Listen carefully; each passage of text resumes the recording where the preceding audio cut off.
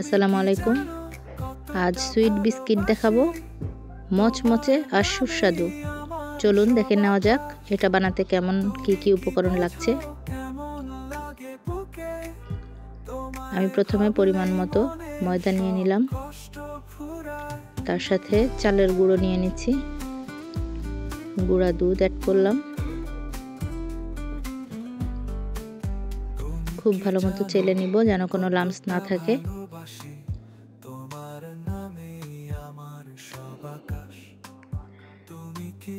Double করে চেলে নিচ্ছি। চালাটা যত সুন্দর হবে তত বিস্কিটটা সুন্দর হবে। কালো জিরা দিয়ে দিয়েছি। এখন আমি আইসিং সুগার নিয়েছি, পরিমাণ মতো বাটার নিলাম, 1 পিঞ্চ লবণ নিয়েছি। এখন খুব ভালো করে বিট করে নেব। আপনাদের যদি ইলেকট্রিক বিটার না থাকে তাহলে হ্যান্ড হুইস্ক দিয়ে ভালো মতো বিট করে নিতে পারবেন। খুব সুন্দরভাবে যদি চিনি বাটারের সাথে মিশে যায়, এরপর আমরা শুকনো উপকরণ মিলিয়ে নিব।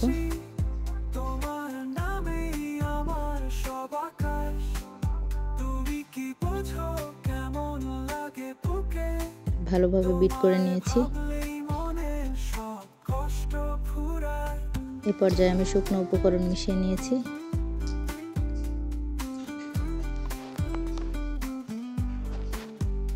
খুব ভালো করে নেড়ে মিশিয়ে নিতে হবে। এরপরে আমি হাত দিয়ে ময়ানটা করব। খুব বেশি মথে নেওয়া যাবে না, যদি বেশি মথা হয় তাহলে বাটার তেল ছেড়ে দিতে পারে। আলতো হাতে সুন্দর করে আমি সফট করে মেখে নিলাম।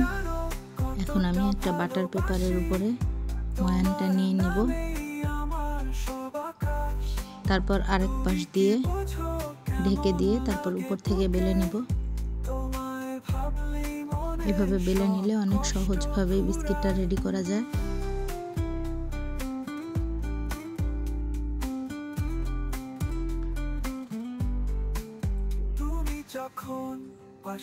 ময়ানটা যদি এরকম হয় তাহলে অনেক মচমচে হবে বিস্কিটটা।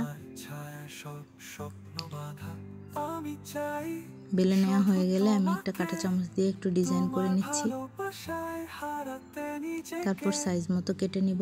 তুমি কি জানো কতটা ভালোবাসি, তোমার নামেই আমার সব আকাশ, তুমি কি বোঝো কেমন।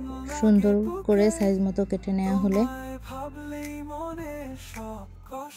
আমি একটা মোল্ডের মধ্যে বাটার পেপার বিছিয়ে নিলাম। এটার উপরে একে একে বিস্কিটগুলো সুন্দর করে সাজিয়ে দিব।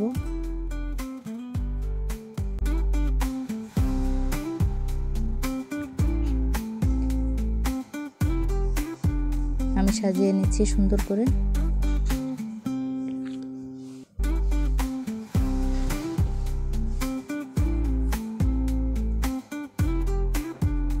বেক করতে দিয়েছিলাম, এখন আমি বের করেছি।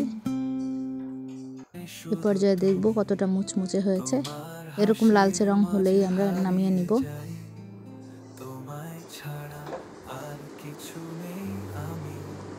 অনেক মুচমুচে হয়েছিল যেহেতু এখানে চালের গুঁড়া দেওয়া।